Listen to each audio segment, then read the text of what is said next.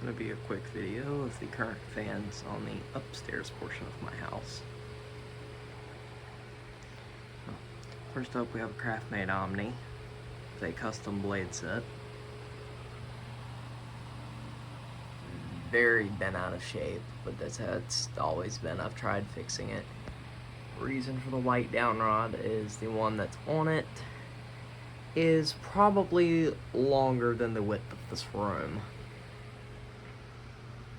Next up, we have this is a Harbor Breeze Lancaster relabel, but Kmart, Alaska, because I've changed out the fobs. I cannot find the original ones now, but it has new fobs on it, which I salvaged from a Bella Vista.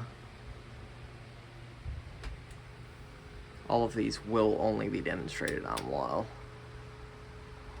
This one here also, okay, yeah, this blade has been flipped over because it has damage on it from a sticker. So, we'll also include portables because there's only like 2 or 3 up here. That is a Windmere 12-inch desk fan made by Kulo Horn that was salvaged from a trash pile on the side of the road.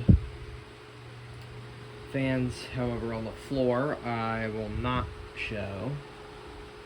I will list them off, but I will not show them to the best of my ability because the floor in this house is a wreck. The ones in here are a new Inbox Crest, a craft-made Presidential, and a pretty much only good for scrap metal. What's left of a Hunter Silent Breeze 3. Oh, and the motor assembly to a Fasco Gulfstream. Next up, we have a double. Well, list them off and then I'll show them. Starting off is a 2000 Hunter Original ceiling fan. This one also has had the downrod trimmed significantly. I'm actually surprised it's even running on low because it stalls out every time I turn it on. Could also be because I went from high speed to low speed right before I started recording. This one, I actually have 2 of these. This one has its original length rod. Like I said, this is the only one I'm going to show. Well, wasn't going to show any, but for lengthwise, this is the original length rod. The other one my neighbor has because I'm going to get him to cut it into different downrods for other hunters and just other fans in general. This one here. Don't know if you can see that, but there it says 2000. There's the tag in general. This one here I'll also do a point view of, or 0.5 of. Top shot to the best of my ability without showing the floor.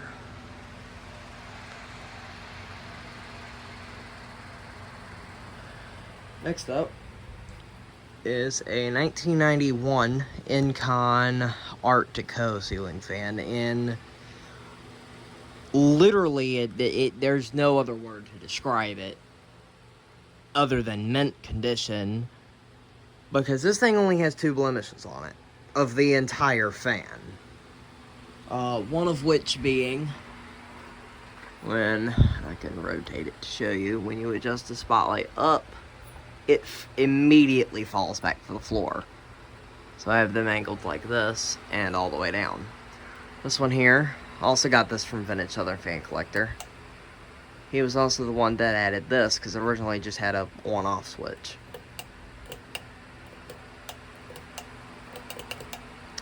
So that's that. Canopy is not properly installed because the way the ceiling joist and just in general is it's completely fucked. So that has like 1 screw holding it in. And the only way to get the other one in is to back it completely out and guess where the hole is. So fuck it, crooked canopy, because I'm not fucking with that. Oh, new Inbox fans. We have a Heritage Alexis that will be going to Ed Coldwell. A current ceiling fan that I got for 15 bucks on Facebook Marketplace, a SMC U52, and an Aloha Breeze that another collector bought me. I will not list his name for privacy reasons. Portable wise, there's a Manning Bowman, an antique lamp, and an exit sign. Other fans on the floor in this general area are a 42-inch brown finish Emerson 1895. You guys have probably seen that on my channel. I got that from a remodel. Literally about 10 minutes. Saved it within time of nearly being thrown away. Thank you, Hampton Hubbard, for the blade arm replacement for that. I do still have the original. Harbor Breeze Moon Glow. And in this current room, the blade set to a Harbor Breeze Mayfield. I will now do a dual look at these fans running on low. The Encon has a very fast low speed. Also, the ceiling was not like that on the original. I had to pretty much destroy the ceiling to get that securely mounted. So, also, reason for the attic fan is I think there's wasp that build up in the attic, because like the vent's like right over there, so I have that taped shut. And the only way to tape it shut was to smither it in tape, and then it still wouldn't stay closed. So the cardboard is there to flatten the grates out completely. In this room, this is the only room I'm gonna show the floor in, because the only mess in here is like some blankets, and the rest is literally just totes and fan shit, which the totes belong to. First, I'll show the portable fan in here though. Here is a Lasco Cyclone, 2010 white finish one that I have put a replacement motor in. This thing runs non-stop 365 on between low and high. More so on high speed though. It's also a really good white noise machine. The fan here though is a Litex Telluride. I also got this same deal, same general deal here as the.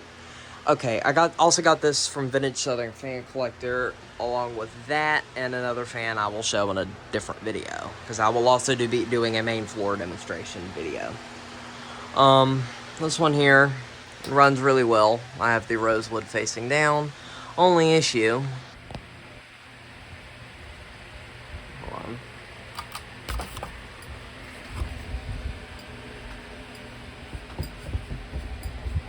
is the entire box is about to come out of the ceiling. So there is a self-tapper holding one side of this end. So, now I'll show what's on the floor. This is the only room I will show these on. To start, we have a Litex all-weather, one of two. We have a Litex Piedmont antique brass with the rosewood facing down. A Harbor Breeze Summit. The motor to the blade set to the Mayfield, a Harbor Breeze White Star, a Harbor Breeze Builder's Best, which is going to Ed Coldwell when I go to Fanimation, if I get the chance. I'm shooting to go to Fanimation, but very slim chance, but that will be going to him at Fanimation. I forget how much he's paying for it. Blade set to the Moonglow, the Summit, this Dixie Bell, which is antique white. That motor is going to Thomas Aaron, Casablanca. A Holmes Blizzard. Some weird-ass Massey thing I found in the trash. That is also a really good fan. It's a sleeper. Blade set to the White Star. Box of bulbs and glass shades. Blades to the Builder's Best. And a Jimi Hendrix lamp and a Rex Ray. Also 2 AC units and a keyboard. There is a closet in here, loaded up with fans as well. Fans in here are a control-air, or not a control-air, an EnviroTemp, a light fixture, one of those Ryobi things, a Lakewood Model 900. If anybody's interested in that, let me know. I'm asking $35 for that, because it's new in box and it's literally never been used. It's been used once, but I'm asking like $35 for that. I think this is General Electric. It's one of those reversible things, but it doesn't work. That's also going to Thomas Aaron at Fanimation. Under Discovery blade set, glass and shit for a random ass hugger I found. It was like a breezeway, but it doesn't have the original glass. Coolmaster, which is just the OG of the Aerospeeds, but that thing is literally nothing but a shop fan. That is all that is. And a couple Gulf Coast parts, but that's literally all I have in here. There used to be way more. Oh, that, some random ass 42-inch blade set, which I believe went to that at one point. Anyway, that's it. For the fans upstairs, I'll now do a 0.5 zoom walkthrough of everything.